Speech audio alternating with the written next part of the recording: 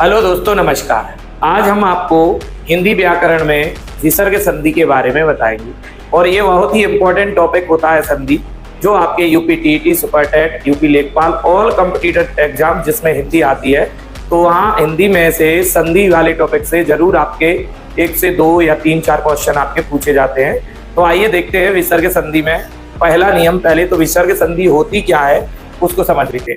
विसर्ग संधि होती है कि विसर्ग के बाद स्वर या व्यंजन आने पर जो परिवर्तन होता है उसे हम विसर्ग संधि कहते हैं। विसर्ग के बाद या तो स्वर या व्यंजन आने पर जो भी परिवर्तन या जो विकार होता है उसे हम विसर्ग संधि कहते हैं। और विसर्ग संधि का जो चिन्ह होता है वो इस तरीके से होता है, विसर्ग इसको बोलते हैं। ठीक है, ये ध्यान रखना है। यानी अगर आपका ये चिन्ह लगा हुआ है तो वो कौन सी संधि होगी? विसर्ग संधि।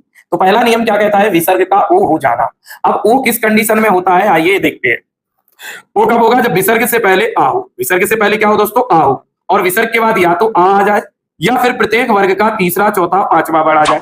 जो हमने आपको स्पर्श व्यंजन पढ़ाए थे और उसमें जो वर्ग आपके 5 थे, का वर्ग, चा वर्ग, टा वर्ग, ता वर्ग, पा वर्ग, तो उसका जो तीसरा वर्ड था या चौथा या पांचवा वर्ड होगा प्रत्येक वर्ग का, वो अगर विसर्ग के बाद आता है या फिर या ला वा आता है या फिर उसके अलावा हाँ अगर आ जाता है, यानी विसर्ग के बाद ये सारे वर्ण आ जाते हैं, तो विसर्ग किसमें परिवर्तित हो जाता है? ओ में।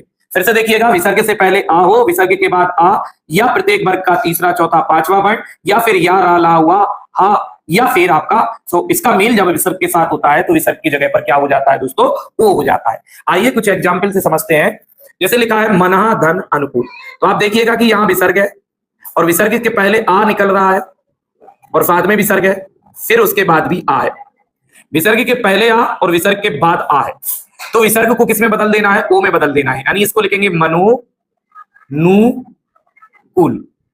ठीक है, यानी आ अगर विसर्ग के पहले आ है और विसर्ग के बाद आ है तो क्या है कि स्वर है, स्वर का लोप होके क्या बन जाएगा? विसर्ग के जगह पर ओ की मात्रा यहां पर लग जाएगी। तो ये हो जाएगा मना धन अनुकूल में मनो नुकूल हो जाएगा।